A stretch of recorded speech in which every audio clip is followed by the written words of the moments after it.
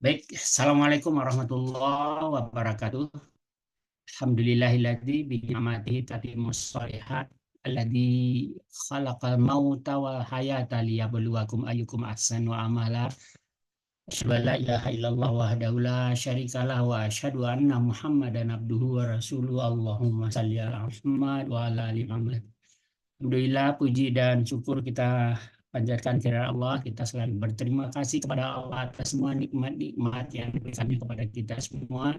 Nikmat sehat, nikmat kesempatan, khususnya pada pagi hari ini Allah masih membuka jalan untuk kita untuk bersama-sama menuntut ilmu bersama Ustaz kita. Insya Allah pada pagi hari ini kita lanjutkan kajian Al-Hikam kita dalam mendalami petuah-petuah agung ya dari di kitab Al-Hikam, dan insya Allah pada pagi hari ini kita masuk kepada nomor 13, yaitu belenggu yang menghalangi jalan menuju Allah ya. Masya Allah, ini kayaknya penting banget ini ya, kita kadang belenggu apa saja yang jalan menuju Allah. Kemudian satu topik tema pada pagi hari ini, karena ini mungkin cukup panjang apa penjabarannya.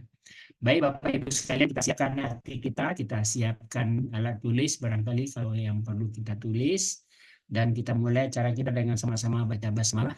Bismillahirrahmanirrahim. Para Ustaz kami. Baik, terima kasih Pak Mazwar. Apa suara saya terdengar jelas? Jelas Ustaz. Ya, baik. Bismillahirrahmanirrahim. Assalamualaikum warahmatullahi wabarakatuh. Waalaikumsalam. Alhamdulillah, alhamdulillahi rabbil alamin.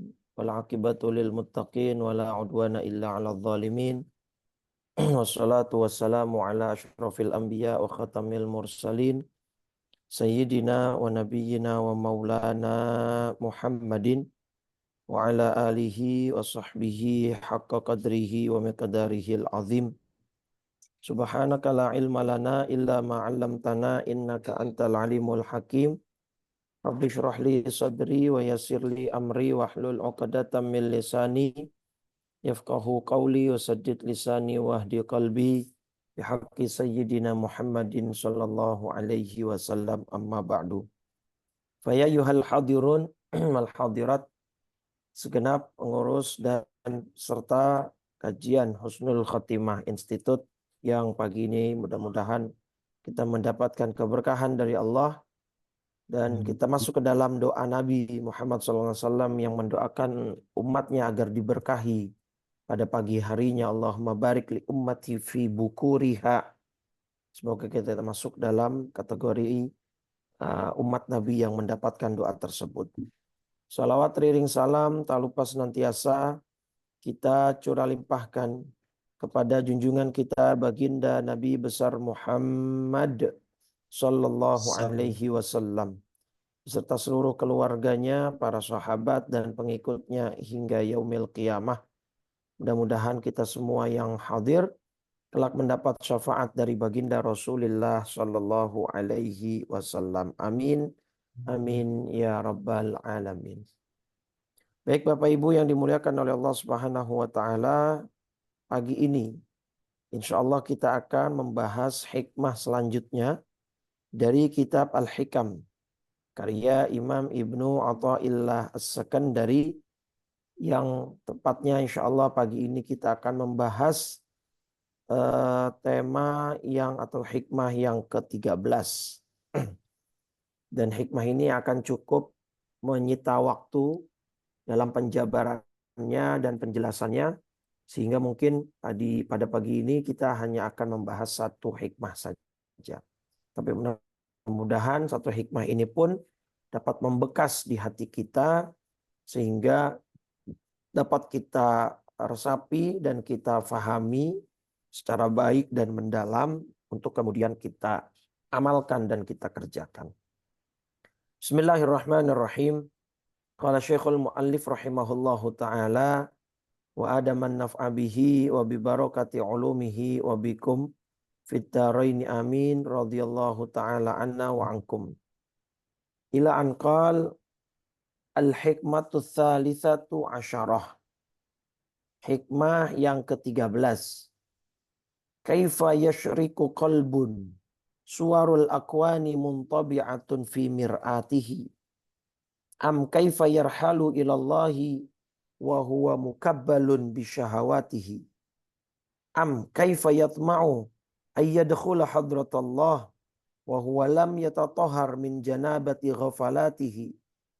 Am kaifa yarju ayyafhama daqa'iqal asrar wa huwa lam yatub min hafawatihi. Nah, hikmahnya cukup panjang ya Bapak Ibu. Jadi di hikmah ke-13 ini secara umum tadi temanya sesuai yang disampaikan oleh Pak Mazwar adalah belenggu yang membelenggu kita atau yang menghalangi kita untuk menuju kepada Allah Subhanahu wa taala. Nah, kalau diterjemahkan secara bebas, hikmah ini bisa seperti berikut. Bagaimana mungkin hati akan bersinar ya jika yang tergambar di cermin hati kita adalah gambaran-gambaran dunia. Dan bagaimana mungkin kita bisa menuju kepada Allah Subhanahu wa taala jika dia masih terbelenggu oleh syahwatnya. Atau bagaimana dia bisa masuk ke dalam keagungan Allah Subhanahu wa taala. Ya. Bagaimana dia bisa antusias menghadap kehadirat Allah padahal dia belum suci dari janabah kelalaiannya. Jadi junub kelalaiannya. Atau bagaimana mungkin seorang hamba bisa memahami kedalaman berbagai rahasia-rahasia Allah sementara ia belum bertaubat dari kesalahan-kesalahannya. Jadi yang pertama yang dibahas adalah hati gitu. Bagaimana hati dapat bersinar sementara gambar-gambar dunia masih tetap terlukis indah di dalam cermin hati tersebut. Nah, maka Syekh Buti menjelaskan manusia itu kan terdiri atau tersusun dari dua alat alat kehidupan yang Allah titipkan yang menjadi pembeda antara manusia dengan makhluk yang lain. Ya, pertama adalah al-aqlu, yaitu akal, dan yang kedua adalah al-qalbu, ya, yaitu hati.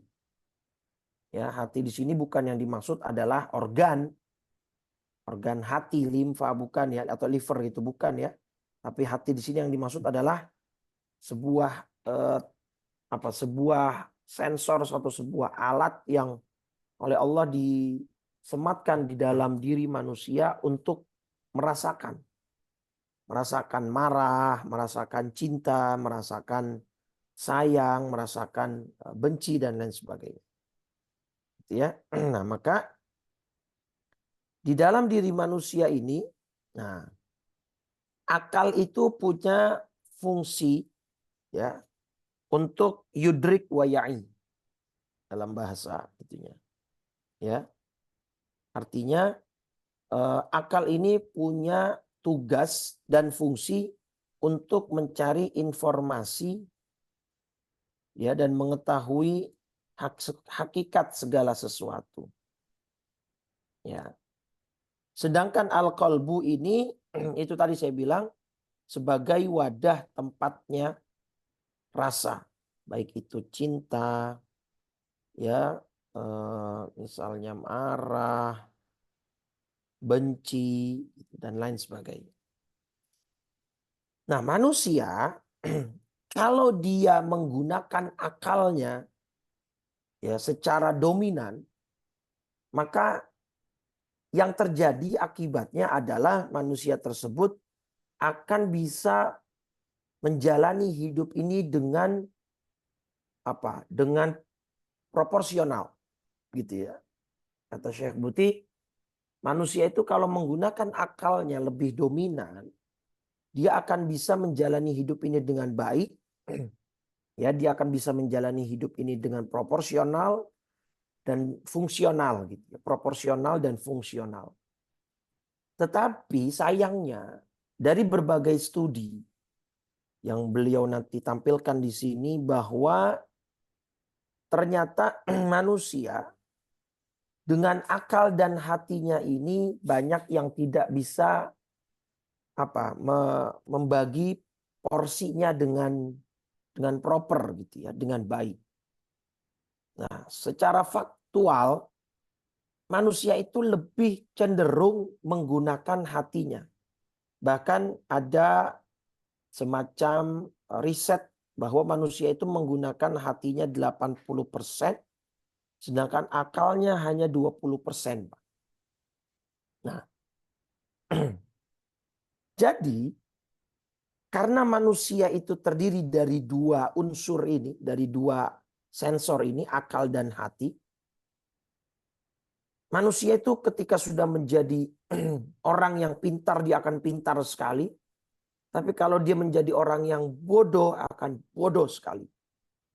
Gitu ya, dia akan membuat segala mafsadat itu dengan dampak yang tidak main-main. Gitu ya.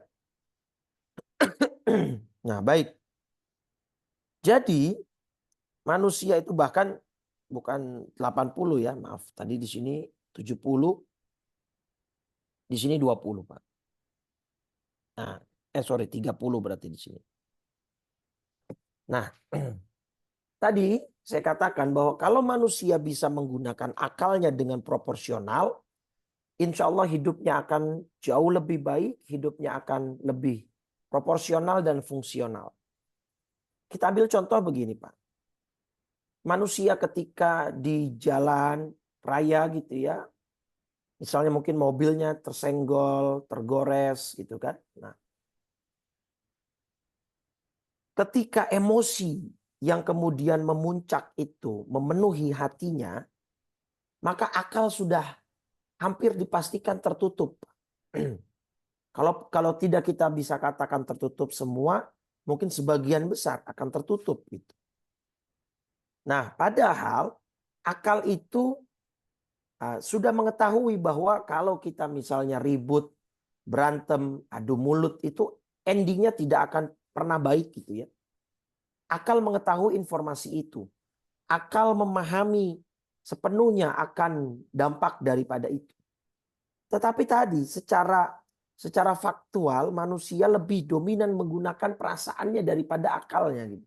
Sehingga rasa emosional tadi yang memang lebih dominan akan diproses oleh diri dia dan keluarlah misalnya dalam bentuk ucapan atau makian atau cacian ya, atau kata-kata yang kasar, atau bahkan dalam level yang lebih parah dalam bentuk tindakan. Dia akan memukul, dia akan misalnya melakukan hal-hal yang dilarang oleh agama bahkan hukum negara kita gitu ya. Itu misalnya. Jadi kan perasaan amarah dia akan menutupi akalnya. Atau perasaan cinta juga kan bisa begitu, Pak. Ada kasus ya, kalau saya tidak salah, sepasang muda-mudi itu bunuh diri, Pak. Ya, bunuh diri karena cintanya tidak direstui gitu ya. Nah, ini kan berarti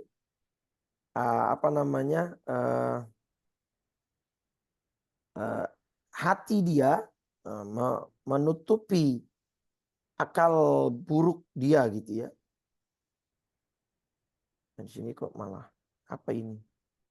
Kasus ya, saya pernah melihat kok ininya kasusnya ini ya. Ini kasus pasang muda-mudi, pokoknya ada kasus lah. Ya, sampai karena dia akhirnya tidak direstui, sampai bunuh diri begitu, Bapak Ibu. Ini menunjukkan lagi-lagi fakta bahwa manusia itu seringkali dikendalikan oleh perasaannya gitu, hatinya. Benci pun begitu, iri misalnya, dengki ya. Sampai kemudian misalnya dalam masalah persaingan bisnis ya. warung dia lebih sepi dari warung tetangganya, usaha dia lebih sepi daripada usaha temannya, gitu kan? Sampai ada yang melakukan tindakan-tindakan kriminal atau bahkan tindakan yang mengandung unsur syirik gitu ya, seperti sihir dan lain sebagainya. Nah, ini menandakan, kata Syekh Buti, bahwa manusia itu sangat dipengaruhi oleh hatinya, Pak. Sampai tadi dikatakan 70% banding 30%. Padahal kalau ini dibalik gitu ya. Kalau ini dibalik, artinya manusia menggunakan akalnya 70% dan hatinya 30%, itu hidup manusia akan jauh lebih proporsional tadi yang saya sebut dan fungsional gitu. Dia akan bisa lebih berpikir panjang kan. Oh, kalau saya nih nanti berantem ribut akan jadi penyesalan di belakangnya. Kalau misalkan nanti saya hanya terbawa perasaan cinta ini, yang saya tidak akan bisa berpikir jernih. Nah, maka hidup tuh akan lebih fungsional dan lebih proporsional gitu ya. Baik. Nah,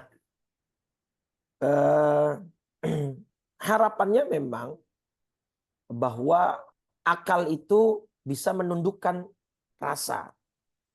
Tetapi kan tadi realitas kenyataan yang ada ternyata ya sebaliknya, perasaan ini menundukkan akal gitu. Berapa banyak orang karena rasa dan perasaan yang ada di hatinya, akalnya tidak digunakan atau tidak berjalan sebagaimana mestinya.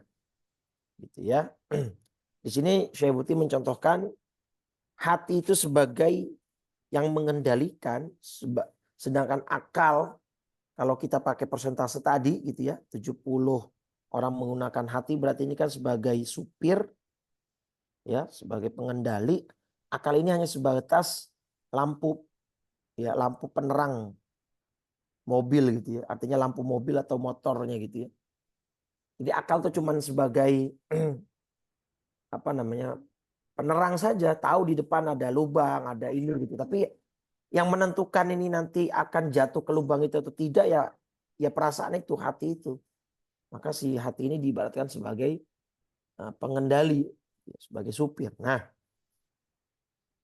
hati ini kemudian dicontohkan atau digambarkan oleh Syekh Ibnu Athaillah sebagai cermin, Pak. Al-mir'ah, ya. Mir'ah. Mir'ah itu cermin gitu ya. Maka tadi kan ada beberapa part ya nasihat ini. Part pertama adalah tadi bagaimana mungkin ya hati yashriku qalbun suwarul akwani muntaba'atun fi mir'ati. Bagaimana mungkin hati dapat bersinar jika gambaran-gambaran dunia masih tetap terlukis indah di dalam cerminan hati tersebut. Cermin Bapak Ibu, itu kalau kita hadapkan ke matahari, ya maka dia akan memantulkan sinar yang terang. Kalau kita pantulkan dan kita hadapkan ke mana, misalnya ke taman atau bunga yang indah, maka dia akan memantulkan gambar yang indah pula gitu kan. Kalau kita pantulkan ke air yang di tengah malam gitu ya, gelap gulita, maka dia hanya menampilkan kegelapan gitu ya. Nah, maka hati ini juga seperti cermin. Ya, Bapak Ibu. Fungsi cermin itu ya dia hanya memantulkan apa yang ada di hadapan dia. Ya, kalau kita bercermin, maka cermin itu akan memantulkan diri kita sepenuhnya dan seutuhnya. Nah, kata Syekh Ibnu Athaillah dalam paragraf pertamanya atau baris pertamanya dari nasihat atau hikmah yang ke-13 ini, bagaimana mungkin hati mau bersinar kalau dia yusbihu wa yumsi wa tilka hiya amaluhu wa ahlamuhu ad-dunya. Bagaimana mungkin hati dapat bersinar atau dapat memantulkan cahaya-cahaya ilahi kalau yang dia pikirkan pagi, siang, malam itu hanya dunia, hanya ambisinya, ya, hanya angan-angannya di dalam hati dunia. Jadi nggak mungkin ada celah di situ bagi cahaya Allah untuk masuk. Karena tadi hati itu bagaikan cermin, sedangkan cermin kalau kita hadapkan kepada sesuatu benda, maka dia akan mencerminkan benda tersebut secara utuh gitu ya. Tidak bisa dia mencerminkan di luar batas daripada yang dia cerminkan tuh. Dimensi cerminnya misalnya kan 60 kali 60 gitu. Maka dia tidak akan bisa memantulkan di luar jangkauan 60 kali 60 tadi. Nah, hati seperti itu. Kalau di dalam hati kita masih terus siang, sore, malam, pagi, kita terus ya memikirkan dunia, ya memikirkan angan-angan kosong kita. Nah, maka tidak akan ada celah. Fa'anna liwujudillahi wa sultanihi. Maka di mana tempatnya Allah Subhanahu wa taala di dalam hati kita? Gitu ya. Jadi bagaimana mungkin hati ini bisa bersinar dengan cahaya ilahi? Kenapa? Karena di dalam hati kita penuh tadi tuh keduniaan. Angan-angan kosong, pengen ini dan begitu, iri dengki, melihat orang lain sukses, ya tidak senang melihat orang lain berhasil, kemudian ingin menjadi seperti orang lain dan seterusnya.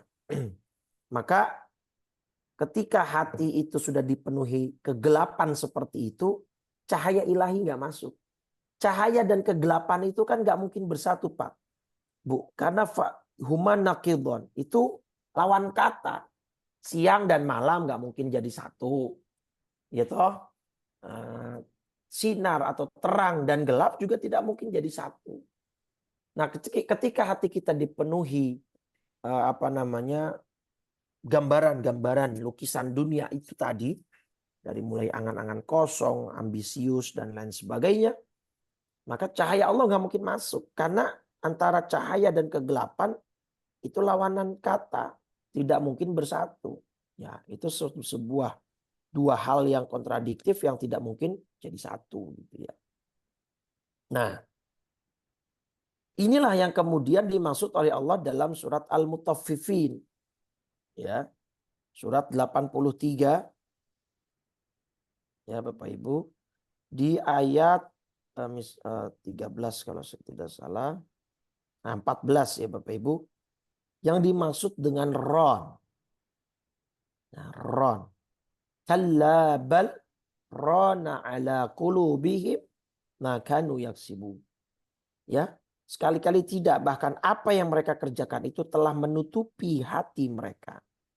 Nah, apa yang mereka kerjakan ini tadi yang dimaksud adalah gambaran-gambaran dunia, dari mulai angan kosong, ya benci, amarah, dengki dan seterusnya. Nah, ini akan menjadi ron. Ron itu nuqtatus sauda, noda hitam gitu ya. Noda hitam, titik hitam yang kalau itu terus kita pelihara, terus kita tidak coba bersihkan, itu lama-lama akan menutupi hati kita. Hati kita akan menjadi hitam dan gelap. Nah, tadi ketika sudah hati itu menjadi hitam dan gelap, cahaya Allah susah untuk masuk. Karena sudah terlalu banyak ron tadi ya, noda-noda hitam gitu ya. Ya, di dalam hati kita. Maka akal itu tadi hanya menerima dan mengaku informasi, hatilah yang akan menuntun dan mengendalikan tindak dan tanduk manusia itu sendiri.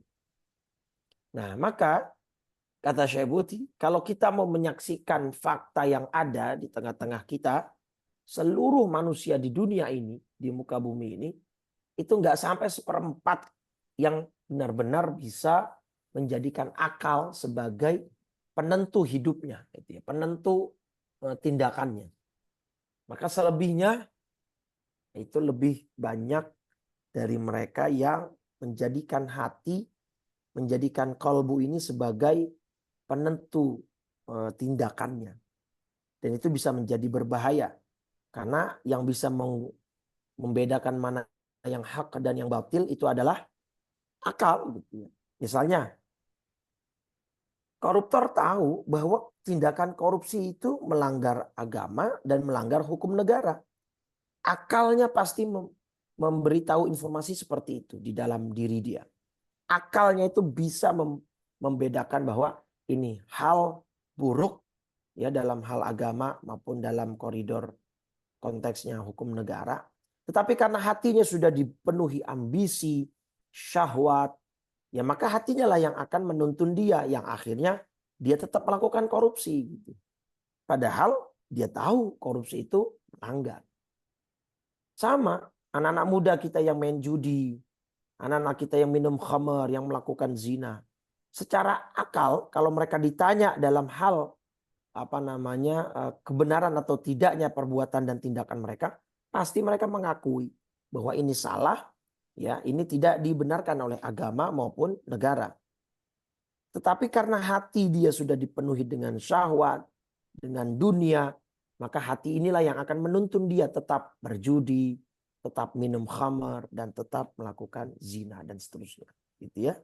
Maka tadi kan di awal dibilang bahwa kalau manusia menggunakan akalnya lebih dominan daripada hatinya, maka hidup dia akan lebih proporsional dan fungsional sebagaimana yang dimaksudkan oleh Allah dalam menciptakan manusia itu sendiri, gitu ya. Nah, maka kalau ada orang bertanya di dalam hatinya, kok saya bisa begini ya Ustadz?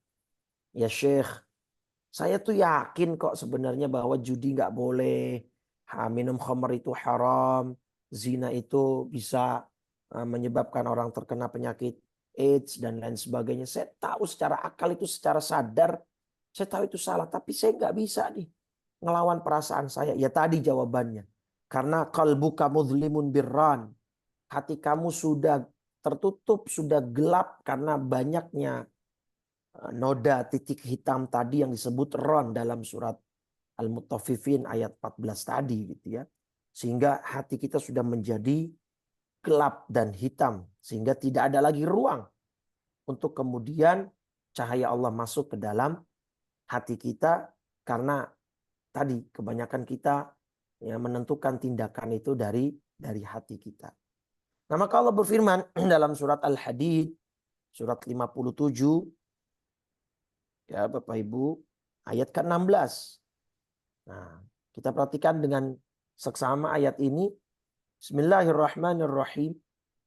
Alam ya'ni lilladzina amanu an takhsha'a qulubuhum li dzikrillah. Belum tibakah waktunya bagi orang-orang yang beriman untuk secara khusyuk mengingat Allah? Artinya kamu belum puas terus mengejar dunia, ya terus mengisi hatimu dengan angan kosong, ya dengan perasaan-perasaan yang tidak baik, gitu ya.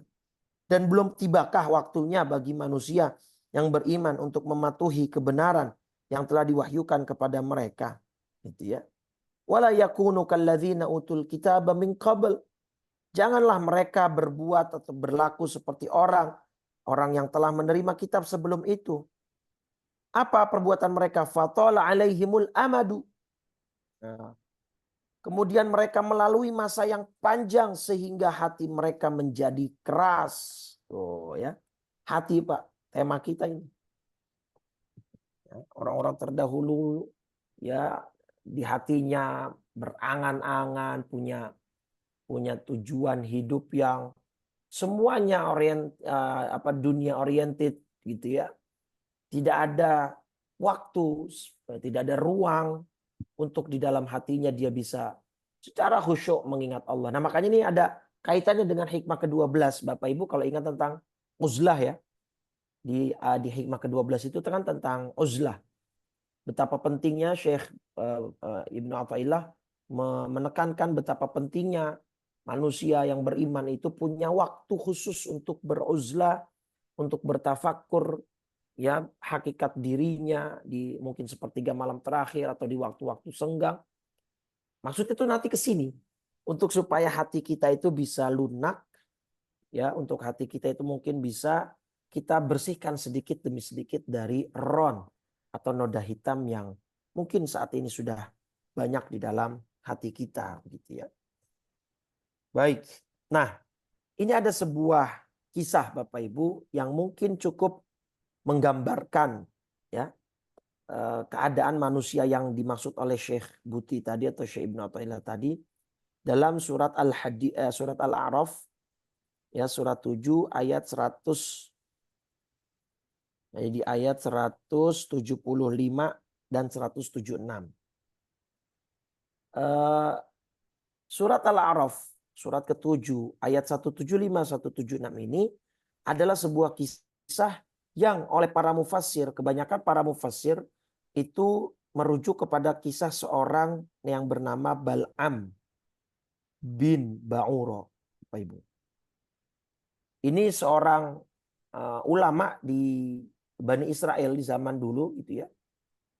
Jadi kita baca dulu ayatnya. Watlu alaihim naba'alladzi atainahu ayatina. Wahai Muhammad, bacakanlah kepada mereka berita orang yang telah kami berikan ayat-ayat kami kepadanya. Fansalakha minha, kemudian dia melepaskan diri dari ayat-ayat itu. Fa'atba'ahu syaitan, lalu dia diikuti oleh setan sampai dia kemudian tergoda, maka jadilah dia termasuk orang yang sesat. Walau syi'na, kalau kami kehendaki, la rafa'nahu biha, niscaya kami tinggikan derajatnya dia dengan berkat ayat-ayat kami itu. Walakinnahu akhlada ilal ardi wattaba'a hawah, tetapi dia cenderung kepada dunia dan mengikuti keinginannya yang rendah. Famathaluhu kamathalil kalbi, maka perumpamaan dia seperti anjing, jika kau menghalangnya dijulurkan lidahnya, dan jika kau membiarkannya dia juga menjulurkan lidahnya. Jadi kisah singkatnya begini Bapak Ibu, Bal'am bin Ba'uro ini seorang alim, seorang ahli kitab di zamannya Nabi Musa gitu ya. Ya, dia termasuk orang yang beriman kategorinya gitu ya. Kalau zaman sekarang ya ulama gitu ya. Bahkan dia diberikan asma'nya Allah.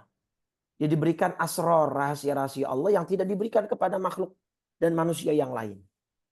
Bahkan dia sampai derajat di mana kalau dia berdoa, itu doanya tidak tertolak Bapak Ibu. Ya, ini kisahnya ya. Nah, sampai pada akhirnya ada sebuah wilayah yang memiliki pemimpin atau gubernur lah kalau mungkin kita sekarang atau wali kota gitu ya. Mendengar Nabi Musa akan masuk ke dalam daerah mereka, ke dalam wilayah mereka gitu. Dan pemimpin wilayah ini nggak suka kalau Nabi Musa nanti masuk ke sana untuk berdakwah dan lain sebagainya. Maka datanglah pemimpin wilayah ini ke si Bal'am tadi. Bal'am, tolong dong. Ini Musa pengen masuk ke wilayah kami, saya nggak suka nih. Tolong doakan biar Nabi Musa nggak bisa masuk ke wilayah kami. Nah, dalam ceritanya itu, dalam riwayatnya dikisahkan Bal'am bin Ba'uro awalnya nggak mau, gitu ya, nggak maulah. Itu kan perbuatan dosa. Masa saya doain keburukan, doain kejahatan untuk Nabi Musa gitu. Saya nggak mau. Nah, tapi di lobi di situ Pak, di lobi dengan lobi-lobi dunia gitu ya. Makanya kan di sini dia mengikuti dunia itu tadi kan posisinya. Ya, di dalam ayat yang 176-nya ini kan dia cenderung kepada dunia itu ya. Kenapa dia mungkin dijanjikan sejumlah uang atau sejumlah emas gitu kan. Nah, akhirnya dia berdoa karena dia punya rahasia-rahasia Allah, dia tahu cara-cara dan teknik supaya doanya dikabulkan. Akhirnya benar, Nabi Musa tidak bisa masuk ke wilayah mereka. Dalam satu riwayat dikatakan Nabi Musa sampai sakit gitu ya. Dalam riwayat yang lain Nabi Musa tersesat di jalan gitu, nggak sampai-sampai. Walhasil itu karena ininya Bal'am gitu. Nah, kata Syekh Buti, ini contoh yang paling tepat untuk kemudian membuktikan bahwa kalau hati sudah dipenuhi dengan dunia, akal itu udah nggak bisa berpikir Pak. Gitu. Dunia yang saya maksud ya dalam hal apapun ya. Kalau dalam hal ini mungkin kan harta, ya janji-janji tentang kekayaan dan lain sebagainya. Nah, maka akalnya tidak bisa berpikir panjang. Padahal yang dia doakan itu Nabi Musa gitu, yang dia lawan ini Allah gitu. Endingnya pada akhirnya Bal'am mendapatkan hukuman karena Nabi Musa akhirnya nanti juga berdoa kepada Allah, ya Allah nih kenapa sih saya kok nggak bisa masuk ke wilayah itu? Saya lupa ya nama daerahnya apa gitu kan. Akhirnya Nabi Musa diberitahu oleh Allah karena Nabi Musa bisa berdialog dengan Allah. Nah, ini gara-gara doanya si Bal'am nih. Ya udah ya Allah, sebagaimana kau kabulkan doa dia maka kabulkan sekarang doa saya. Akhirnya Bal'am bin Ba'uro mendapatkan kehinaan dari Allah. Bahkan diabadikan kisahnya di ayat ini dan diibaratkan atau diilustrasikan dia seperti anjing gitu ya. Padahal tadinya kalau memang kami kehendaki kami bisa tinggikan derajat dia. Tapi salah dia sendiri. Dia lebih memilih dunia. Nah itu Bapak Ibu ya. Itu kisah tentang Bal'am bin Ba'uro menjadi sebuah sebuah gambaran yang sangat jelas. Kalau hati manusia sudah tertutup oleh ambisi-ambisi dunia, dan kebanyakan manusia itu tadi berlaku dan berbuat itu sesuai tuntunan hatinya, bukan akalnya gitu ya. Maka akhirnya ya seperti Bal'am tadi akan menjadi penyesalan di kemudian hari gitu ya. Nah, kemudian pertanyaan selanjutnya begini. Kalau memang hati itu tidak bisa bersinar karena di hati itu tergambar atau terlukis gambar-gambar dunia yang sempurna gitu sehingga menghalangi al-mukawwin gitu ya. Kalau tadi lihat di ininya kan Pak, di apa namanya, di nasihatnya suwarul akwan. Nah, nanti ada akwan, ada mukawwin Pak.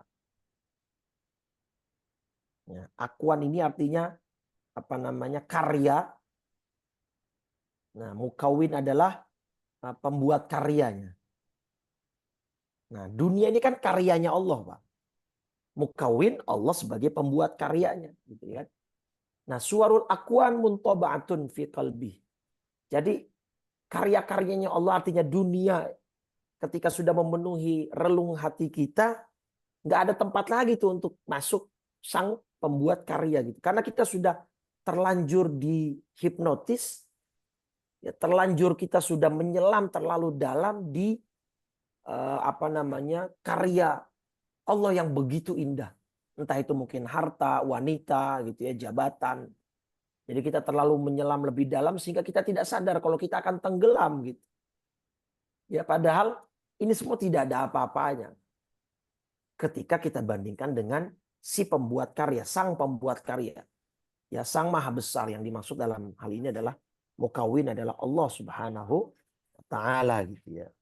Nah, maka jawabannya ada di ini keduanya, baris kedua daripada hikmah ke-13 ini. Am kaifa yarhalu ilallah. Bagaimana dia bisa berangkat menuju Allah sedangkan dia masih terbelenggu oleh syahwatnya gitu ya. Artinya bagaimana dia bisa menuju kepada Allah sedangkan hatinya tadi masih penuh dengan syahwat, dengan dunia gitu ya. Maka baris kedua ini menjadi jawaban atau menjadi solusi dari baris pertama. Baris pertama kan hati nggak bisa bersinar nih. Kenapa sih hati nggak bisa bersinar? Nah, karena di dalam hati kita penuh dengan ambisi-ambisi dunia tadi kan. Nah, ambisi dunia ini namanya apa? Ya syahwat tadi. Ya. Syahwat tadi itu. Nah, kalau coret-coretan di dinding itu mudah dihapus, Pak. Tapi kalau coretan ron tadi, noda-noda hitam yang ada di dalam hati kolbu, itu kan sulit untuk dibersihkan. Bisa, tapi sulit kalau sudah terlalu banyak. Gitu ya. Baik.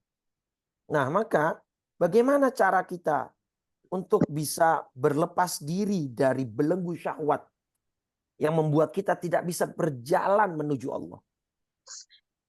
Bukan berarti manusia itu nggak boleh punya syahwat, Pak. Memang sudah fitrahnya manusia itu kan punya syahwat ya. Surat Ali Imran, surat 3 ayat 14. Ya, surat 3 ayat 14. Zuyyina linnasi hubbus syahawat. Ya, fitrahnya surat Ali Imran ayat 14. Ya, manusia itu sudah diberikan diberikan fitrah berupa cinta terhadap apa yang diinginkan, baik berupa pasangan, anak-anak, harta benda yang bertumpuk dalam bentuk emas, perak, kuda pilihan, hewan ternak dan ladang. Jatuhnya di sini. Mulutnya agak maju. Kalau ada sana gede lebih bagus. Bentar Ustaz, maaf. Ya. Baik. Nah, jadi kita kembali lagi bahwa bukan berarti manusia itu tidak punya syahwat. Manusia secara fitrah punya syahwat. Ya, dia suka pasangan sebagaimana surat Ali Imran ayat 14 tadi, dia suka terhadap anak-anak, ya, kepada harta benda, emas, perak dan lain sebagainya. Nah, maka cara kita untuk membebaskan diri kita dari belenggu syahwat ini adalah dengan kita masuk ke dalam baris ketiga dari hikmah ini.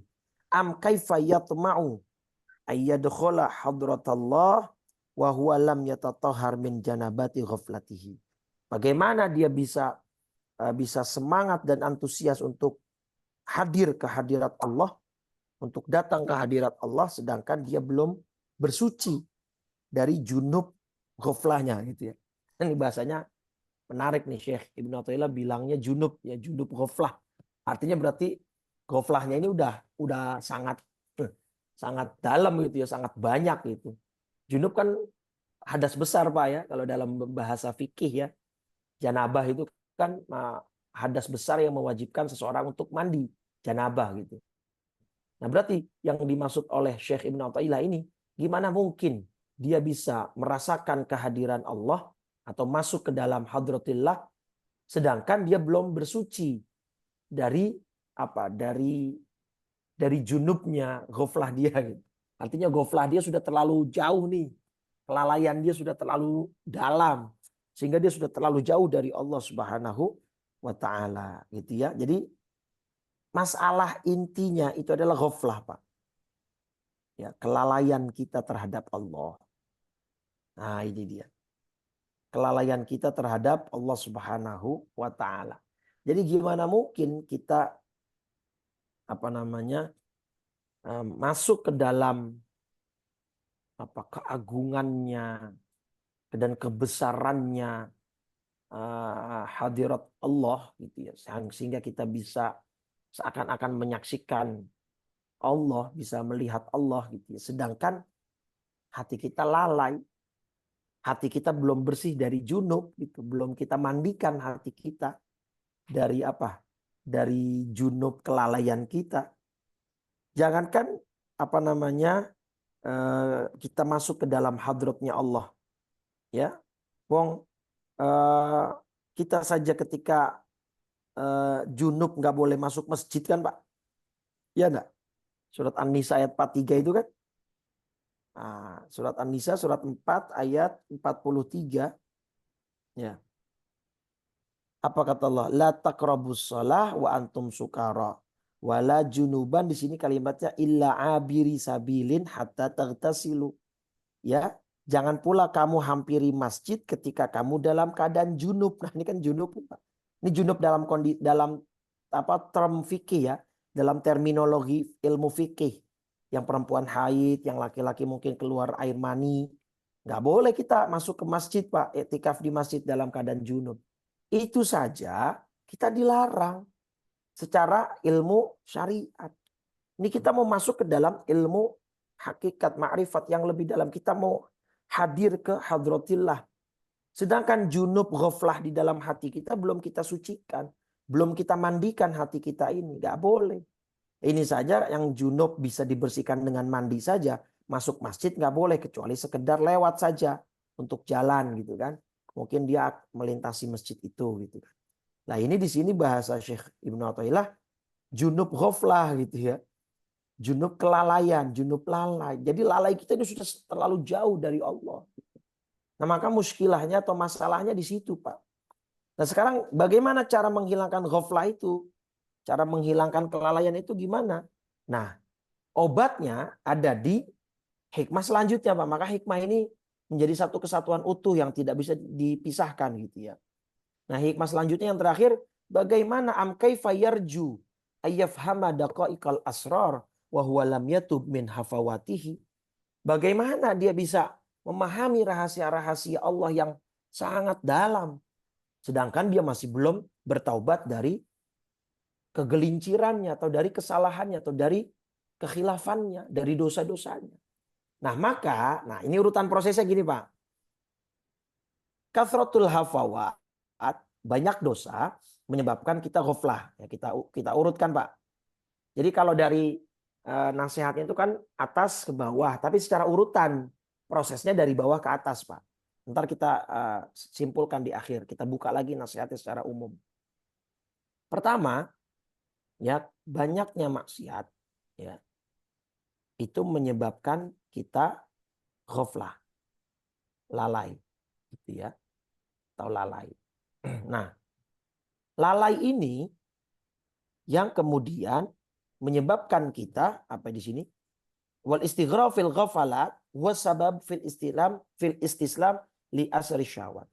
Lalai ini membuat kita terbelenggu, ya, terbelenggu dengan syahwat kita. Kan? Dengan syahwat. Nah, kemudian belenggu syahwat ini, ya, belenggu syahwat ini kemudian yang menyebabkan hati kita penuh dengan ron tadi, Bang. Ya, hati kita ya gelap karena apa tadi? Ron, ya. Titik hitam yang dalam surat Al-Mutaffifin tadi.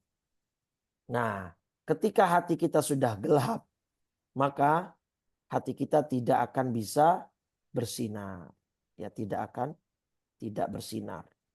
Ketika tidak bersinar sudah semakin jauh. Nah, maka kalau dari urutan ini Bapak Ibu, kita sudah bisa analisa. Ya, nah ini kan secara urutan begini, kalau dari secara urutan hikmahnya kan bagaimana hati bisa bersinar. Ya kan? Kalau ternyata di dalamnya masih di dalam hati kita itu tergambarkan di dalam cermin hati kita tergambarkan apa syahwat-syahwat dunia. Gitu kan?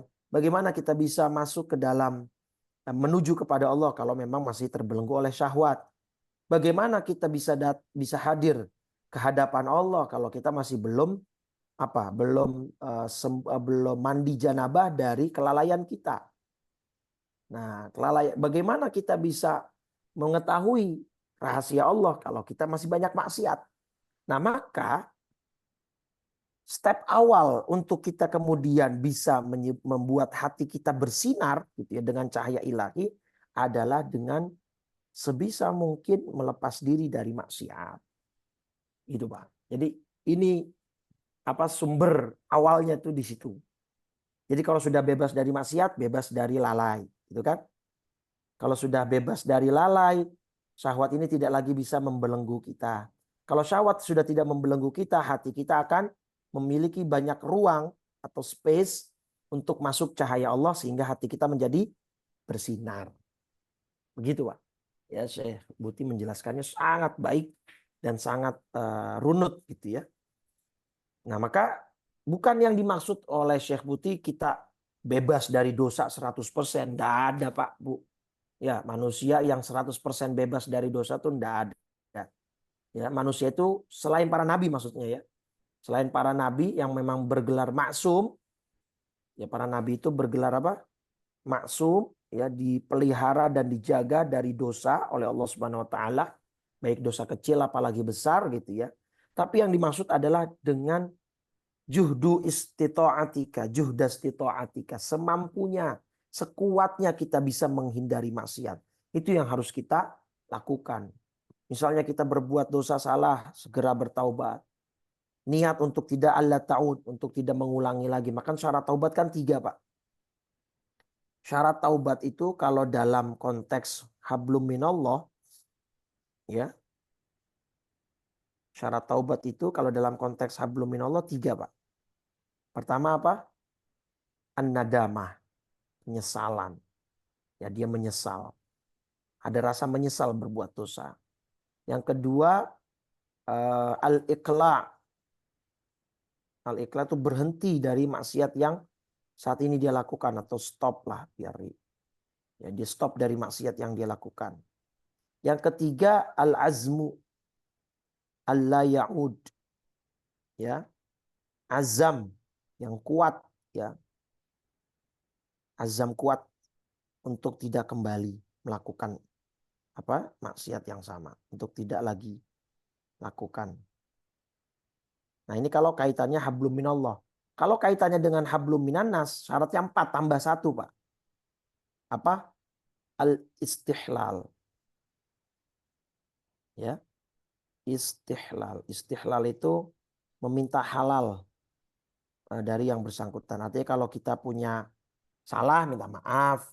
Kalau kita pernah berbuat zolim, ya minta maaf. Pernah berhutang, masih ada sangkut pautan hutang, masalah uang, bayar gitu ya. Itu syarat taubat bagi yang hablum minannas. Jadi ada 4. Kalau hablum minallah ya hanya 3 ini. Gitu ya. Nah, maka ya sudah. Cara pertama, bagaimana kita supaya hati ini bersinar? Ya dengan cara apa? Dengan cara kita terus bertaubat, menghindari maksiat sekuat mungkin. Karena dalam hadis at-taibu minadz-dzambi kamal la dzambalah. Orang yang bertaubat dari dosa seperti tidak memiliki dosa, kan begitu. Nah, Allah sudah kita memang tidak dijamin seperti para nabi bebas dari dosa, ya. Cuma di dalam surat Al-Hijr ayat 42, ya. Surat Al-Hijr 15 ayat 42. Nah, Allah sudah bilang ke iblis, "Inna ibadi laisa laka alaihim sultan." Sesungguhnya kamu wahai iblis tidak akan berkuasa atas hamba-hambaku. Artinya apa? Hamba-hambaku yang benar-benar di dalam hatinya memiliki ruang untuk cahayaku masuk. Kamu gak bakal bisa goda mereka. Kamu gak bakal bisa mau menggelincirkan dan menyesatkan mereka. Ya, tapi kecuali ya manita ba'aka minal ghawin, kecuali mereka yang mengikutimu, yaitu orang-orang yang sesat. Artinya kalau dia benar-benar di dalam hatinya itu penuh sinar dari cahaya Allah, karena tadi dia sudah bersihkan segala prosesnya tadi sehingga hatinya tidak terpenuhi lagi oleh syahwat-syahwat dunia, ya maka dia tidak akan bisa disesatkan oleh iblis. Itu jaminan dari Allah, Pak, Bu, untuk kita orang biasa gitu ya, bukan seorang nabi gitu ya. Kenapa? Karena ketika orang sudah sampai benar-benar memahami hakikat Allah, ya dia akan punya yang namanya muraqabah, Pak. Konsep muraqabah. Muraqabah itu ya kalau bahasa sekarangnya mungkin CCTV, Pak. Seorang karyawan ketika bekerja di ruangannya ada CCTV yang langsung menyambung ke ruangan atasannya, maka bisa dipastikan 90% lebih si karyawan akan bekerja dengan baik gitu ya. Karena dia tahu ada yang mengawasi secara langsung. Dan itu adalah atasannya. Orang yang bisa saja sewaktu-waktu memecat dia dan mengeluarkan dia dari pekerjaannya tersebut. Nah, kalau ada orang hamba Allah yang tadi dimaksud oleh Allah dalam surat tadi, Al-Hijr surat 15 ayat 42. Iblis tidak akan bisa menggoda hamba-hambaku, kata Allah. Adalah hamba-hamba Allah yang tadi. Yang perasaan kehambaannya itu akan membuat dia menjauh dari maksiat kepada Allah. Karena dia tahu dia tetap diawasi. Dia tetap diawasi, dikontrol oleh Allah Subhanahu wa taala. Nah, ada kalimat bagus tuh dari Syekh Mutawalli Sya'rawi.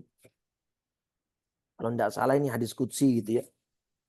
Allah berseru, "Ya bena Adam, wahai manusia, ya.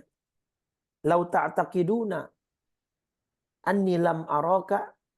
Ya. Kalau kamu, ini kalimatnya agak dalam Bapak Ibu ya. Coba mohon diperhatikan. Kalau nanti ada yang belum difahami, nanti di akhir kita buka pertanyaannya, sesi tanya jawab. Jadi kalimatnya begini. Kalau kamu wahai manusia, kata Allah, meyakini bahwa saya tidak bisa melihatmu, fal khalalu fi imanikum. Maka cacat ada pada keimananmu.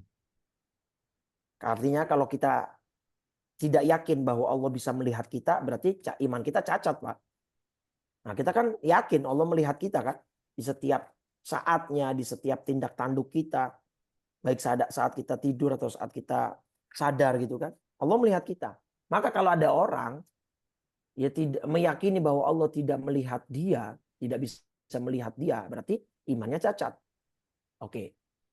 Tapi lau annakum ta'taqiduna anni arakum. Tapi kalau kamu meyakini bahwa saya bisa melihat kamu, tetapi kamu masih yatajarra, kamu masih berani berbuat maksiat, falima ja'altumuni ahwanan nadhirina ilaikum. Itu seakan-akan kamu menempatkan saya, kata Allah, sebagai zat yang tidak punya pengaruh gitu, zat yang tidak punya power. Artinya gini Pak, mungkin Bapak Ibu masih bingung. Misalkan ini ada maling Pak. Maling nih. Dia mau mencuri sepeda motor. Pasti dia akan melihat kondisi sekitar. Ya toh? Dia akan melihat situasi sekitar dia. Nah, sekitar dia ini aman nggak? Kalau ada orang, misalnya ada orang di sini, ada satpam atau ada warga gitu ya, melihat, maka si maling ini jadi nggak mengambil motor ini tadi Pak? Kan batal Pak.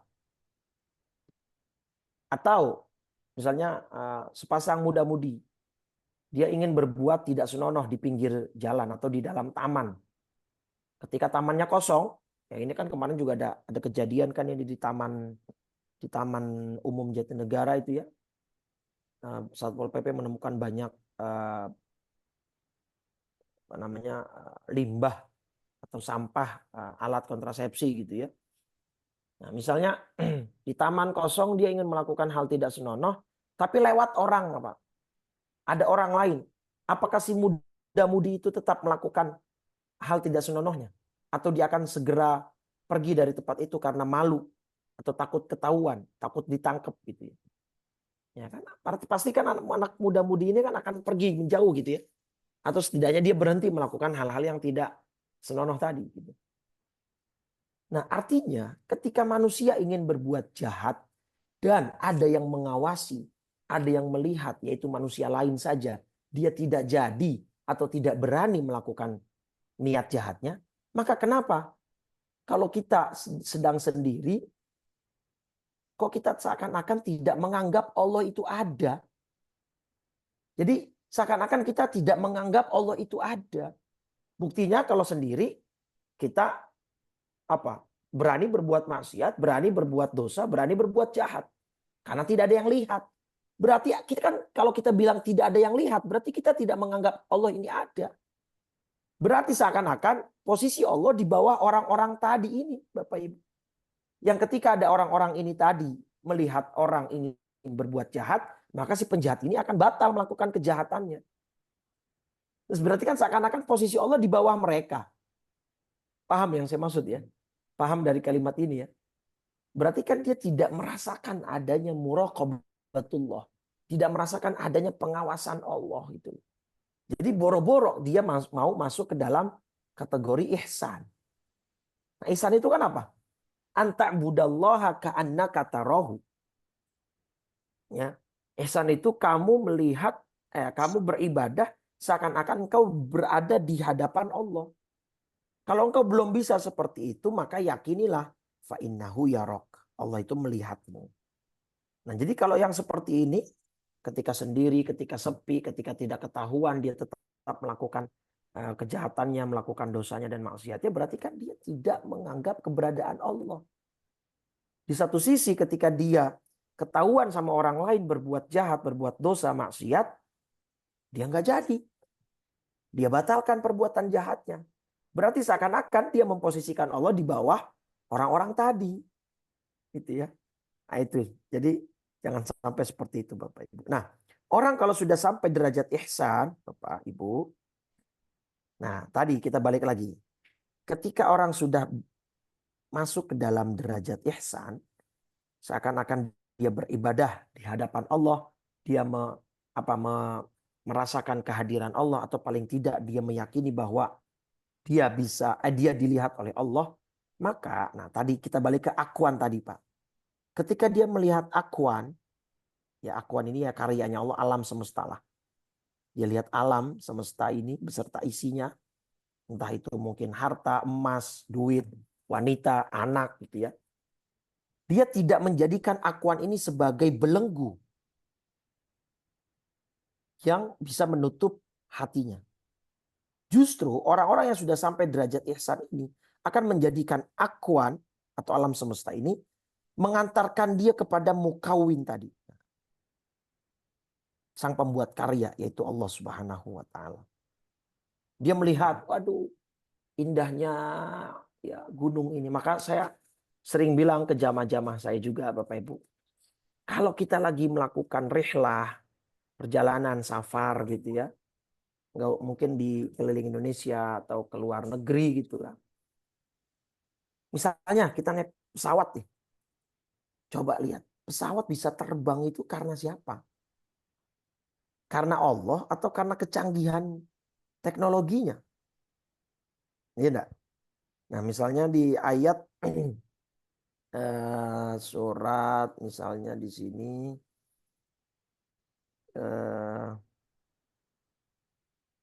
sebentar. Jadi, nah, misalnya di surat Al-Baqarah ayat 164 nih, Bapak Ibu ya. Al-Baqarah 164. Nah, Al-Baqarah 164. Ini kan inna fi khalqis samawati wal ardi wa ikhtilafil laili wan nahar wal fulki allati tajri fil bahri bima yanfa'un nas. Sungguhnya pada penciptaan langit dan bumi, pergantian malam dan siang, kapal yang berlayar di laut dengan muatan yang bermanfaat bagi manusia. Apa yang diturunkan Allah dari langit berupa air, lalu dia hidupkan bumi setelah itu, setelah matinya itu menjadi hidup itu ya. Dia terbarkan di dalamnya bermacam-macam binatang, perkisaran angin dan awan yang dikendalikan antara langit dan bumi. Semua itu apa? La ayat liqaumi ya'qilun. Merupakan tanda-tanda kebesaran Allah bagi orang-orang yang mau mengerti. Nah, kayak misalkan pesawat atau kapal tadi pesiar gitu kan. Kita misalkan di atas kapal pesiar, kapal feri, subhanallah. Ini ada ilmu dari Allah yang membuat kapal ini mungkin terapung. Ya, kapal yang berat begini ya dengan adanya hukum apa itu ya? Kalau dalam ilmu perkapalan sehingga kapal itu menjadi mengapung. Nah, itu kita berpikir tuh Pak. Jadi kita tidak kemudian ilmu Archimedes ya apa? Ya, pokoknya itu kita tidak membuat jadi hal-hal dunia atau kecanggihan teknologi saat inilah Pak gitu ya. Adanya mobil yang autopilot gitu kan. Yang tanpa supir, driver di beberapa negara seperti Dubai, China itu sudah ada taksi tanpa driver gitu ya dengan teknologi sensor dan lain sebagainya. Hal-hal itu yang ketika kita lihat itu tidak membuat kita kemudian hanyut di dalam canggihan dunia, terbawa dalam gemerlapnya dunia sehingga kita lupa siapa yang menjadikan dunia ini gitu. Tapi kalau orang-orang yang sudah mencapai derajat ihsan, justru dia akan semakin dalam kecintaannya kepada Allah. Ketika dia melihat kemajuan teknologi sampai gila seperti ini gitu ya. Siapa itu yang membuat kapal itu mengapung di atas air? Siapa yang membuat pesawat itu bisa terbang di atas langit? Bahkan kan kemarin ada kasus ya, Bapak Ibu. Kapal di Brazil ya itu kayak kapal ini loh. Kayak kapal kayak kapal mainan. Dia terombang-ambing di atas itu. Ya, kapal Brazil pesawat Brazil itu tahu, lihat gak Bapak itunya beritanya gitu ya. Itu seperti mainan jadinya Pak, subhanallah ya Allah kalau sudah mau ini pesawatnya itu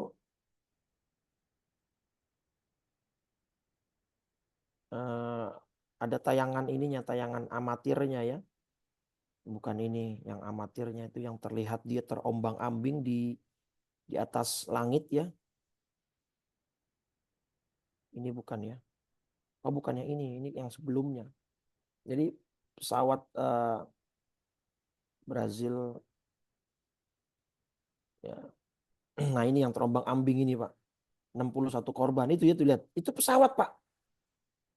Itu kayak mainan gitu Pak. Mungkin nggak berfungsi engine-nya atau gimana gitu ya. Subhanallah. Jadi memang benar-benar tuh. Jadi kayak terombang-ambing kayak nggak ada powernya sama sekali Pak.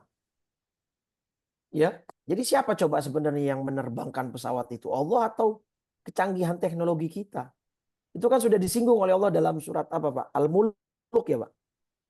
Ketika Allah menggambarkan siapa yang menahan burung bisa terbang gitu ya di atas langit gitu. Di ayat berapa itu ya? Saya lupa ya.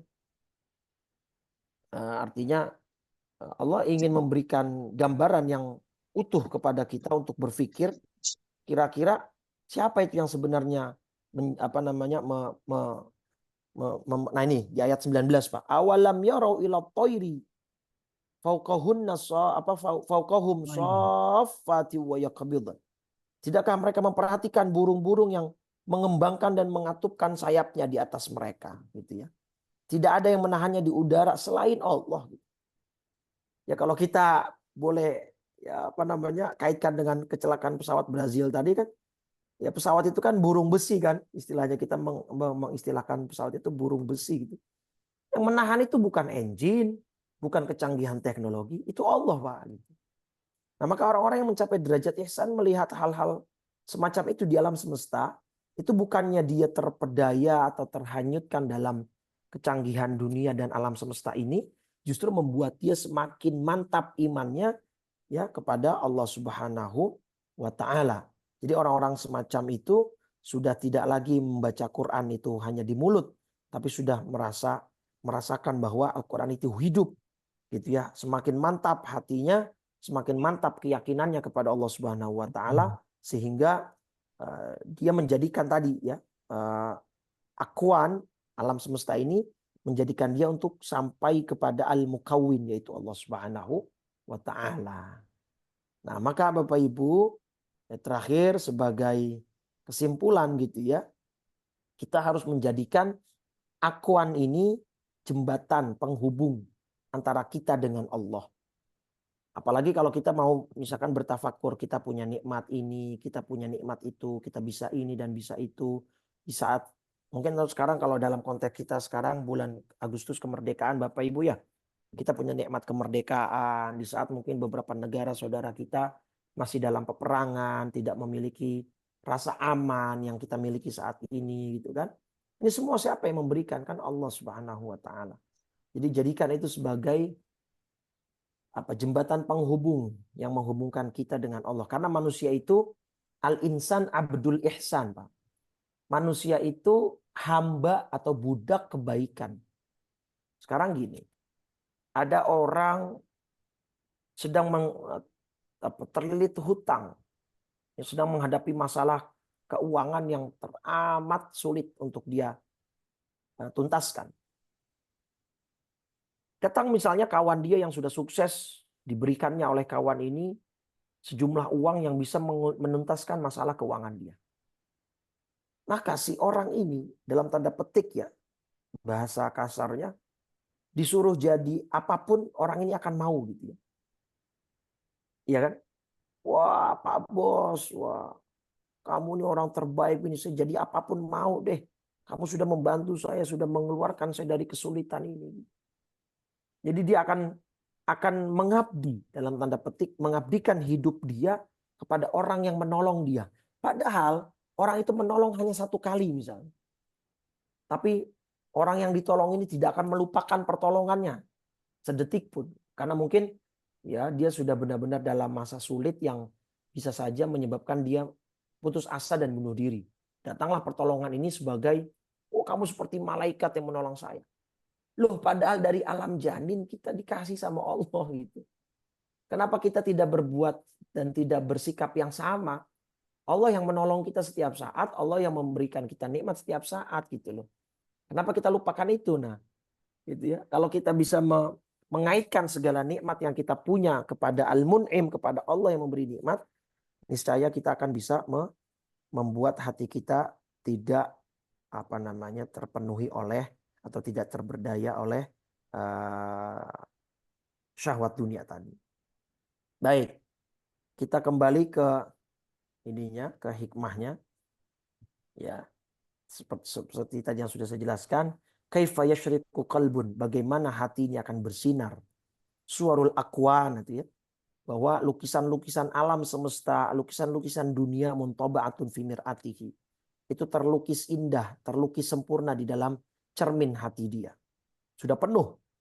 Gak bisa cahaya Allah masuk. Kaifa yarhal, atau bagaimana dia bisa menuju kepada Allah sedangkan diri dia mukabbalun bi syahawatihi, masih terbelenggu oleh syahwat dunianya. Atau bagaimana mungkin dia bisa untuk berantusias masuk ke dalam hadratillah sedangkan dia belum bersih dalam junub ghaflahnya gitu ya. Min janabati ghafalati. Karena sudah saking banyaknya ghaflah atau kelalaian dia, ya dibahasakan oleh Syekh Buti sebagai junub. ya janabah, hadas besar gitu. Saking sudah jauhnya kita dari Allah. Am kaifa yarju ayyafhama daqaiqal asrar, atau bagaimana mungkin dia berharap bisa memahami rahasia-rahasia Allah sedangkan dia belum bertaubat dari dosa dan maksiatnya.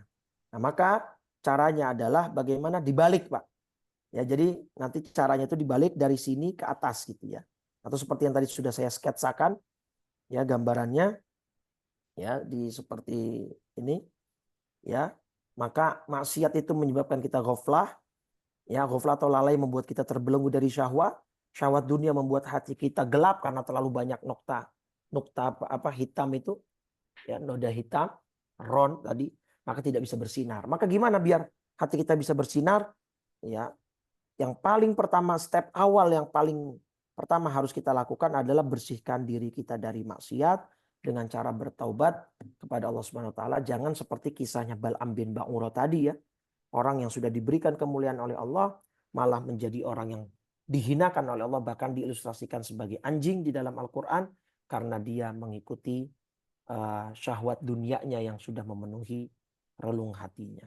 Nah, mudah-mudahan dengan hikmah ke-13 ini kita dapat membersihkan itu semua sehingga kita bisa menjadi orang-orang yang hati kita bersinar dengan keberadaan cahaya Allah di dalam kolbu kita masing-masing. Amin ya rabbal alamin. Baik, mungkin itu Pak Mazwar, kita lanjut dengan sesi tanya jawab mungkin ya. Baik, Bapak Ibu sekalian, ada yang ingin mempertegas kembali atau menanyakan sesuatu untuk lebih jelas? Silakan Bapak Ibu, langsung saja. Ustadz tadi, Ustadz kan mengatakan dari penelitian bahwa akal itu 30% dan hati itu 70% begitu. Ya, ya. Kalau lebih banyak akal mungkin akan lebih bagus. Kalau iman itu di mana Ustadz? Kalau hati itu kan mungkin dua kali ya, Ustadz, seperti yang terakhir Ustadz terangkan tadi ya. Betul. Ada yang dunia terus, tapi ada hati juga yang arahnya ke Allah gitu. Jadi Ya. kadang-kadang nggak diterima akal juga tuh. Ini kok sampai begini banget ini apa ibadahnya apa semua kok nggak ada masuk di akal juga kadang-kadang. Tapi itu dilakukan dan itu bagus Ustadz. Nah, gimana maksudnya itu Ustadz? Iman itu jadi ya, iman itu adalah gabungan dari akal dan kolbu, Pak. Oh, gabungan. Ya, gabungan dari akal dan kolbu itu nanti akan membentuk iman. Nah, makanya proporsional komposisi yang proporsionalnya itu sebenarnya antara kolbu dan akal harus lebih banyak akal. Dalam hal maksudnya dalam hal untuk menentukan mana yang hak, mana yang batil. Karena kalau kolbu terlalu dalam, ya, nah kolbu ini nanti kan, nah namanya, jadi gini Pak Mazwar, saya lebihnya. Kolbu itu kan seperti wadah Pak. Nah, kolbu itu seperti wadah. Nah, wadah ini kan tergantung isinya Pak. Dia akan mengeluarkan sesuai dengan isinya. Nah, isinya ini yang bisa menentukan kan kita sendiri Pak. Kalau diisi dengan yang terpuji, misalnya mahabbatullah, cinta Allah, mahabbatul Rasul, cinta Rasul, mahabbatul walidain, cinta orang tua, ya, mahabbatul masakin, cinta orang miskin, itu bagus. Tetapi kebanyakan manusia tidak bisa mengisinya dengan hal itu. Dia isi malah alih-alih dengan kebaikan, dia isi dengan keburukan, iri, dengki, ya, amarah, emosi, gitu ya. Nah, ketika kolbu itu sudah diisi dengan yang baik tadi, nah kemudian ini akan nanti bersinergi dengan akal. Dengan akal. Nah, ketika nanti sudah bersinergi dengan akal, isi hati yang baik ini, nah kemudian itulah yang kemudian keluar menjadi output akhlakul karimah. Makanya kan hadisnya, idza fasadat fasadal jasadu kullu. Kalau hati itu buruk, maka jasadnya akan keluar, itu outputnya buruk. Ketika kolbu itu isinya baik, ya keluarnya akan baik gitu. Nah, jadi iman itu adalah penentuan penggabungan antara kolbu dengan akal. Memang betul bahwa iman tidak sepenuhnya bisa dipakaikan akal. Ya, kalau pakai akal layaknya nanti orang-orang ateis Pak. Ya, give me a proof, ya. Berikan saya bukti evidence, ya, scientific evidence bahwa it's a God, it's exist gitu misalnya. Saya nggak punya alasan beriman kepada Tuhan karena bukti Tuhan ada itu nggak eksis gitu, nggak ada. Karena dia terlalu banyak pakai akal dalam hal keimanan gitu ya. Nah, makanya kalau di dalam perbuatan akal dan kolbu itu nanti lebih banyak kepada kolbu. Jadi gini, Pak. Manusia, insan, ya manusia. Nah, ini kan nanti ada ranah keyakinan, ya trust gitu ya. Ya, ada kemudian ranah perbuatan. Nah, keyakinan ini nanti itu lebih banyak justru persentasenya ke kolbu. Ya, kolbu mungkin bisa sekitar 80%. Akal 20%. Karena kalau kita keyakinan pakai akal gitu ya, ya kita nggak punya bukti bahwa Allah itu ada. Mana buktinya Allah itu ada?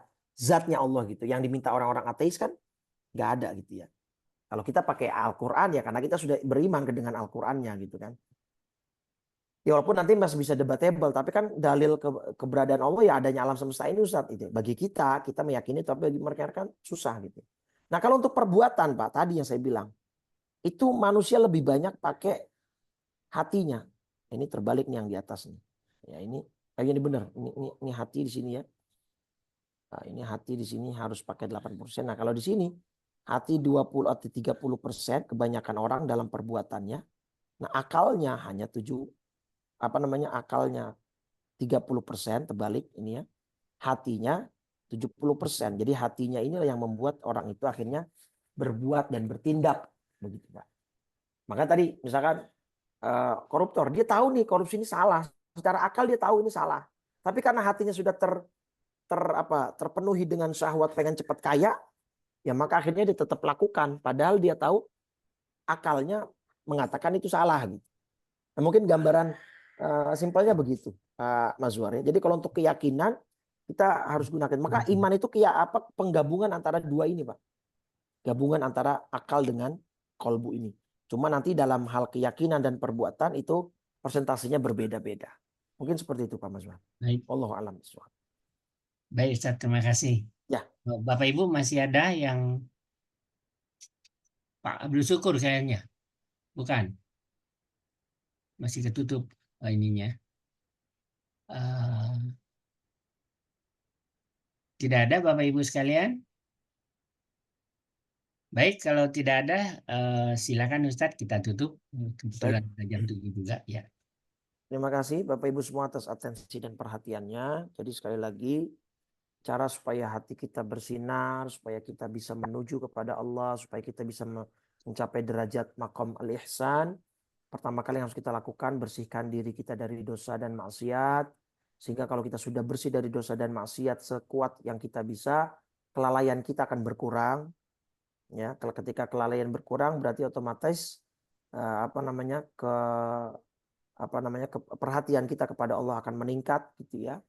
Ketika perhatian kita terhadap Allah akan meningkat, kita akan menjadi orang yang bisa mengendalikan syahwat kita sehingga kita tidak dipenuhi hati kita dengan noda-noda hitam ron tadi, sehingga mudah-mudahan setelah itu hati kita akan dipenuhi dengan cahaya ilahi Rabbi, sehingga kita bisa menjadi pribadi-pribadi yang lebih baik lagi ke depannya, yang kita dilindungi oleh Allah dari sifat atau kisahnya Bal'am bin Ba'ura tadi. Amin ya rabbal alamin.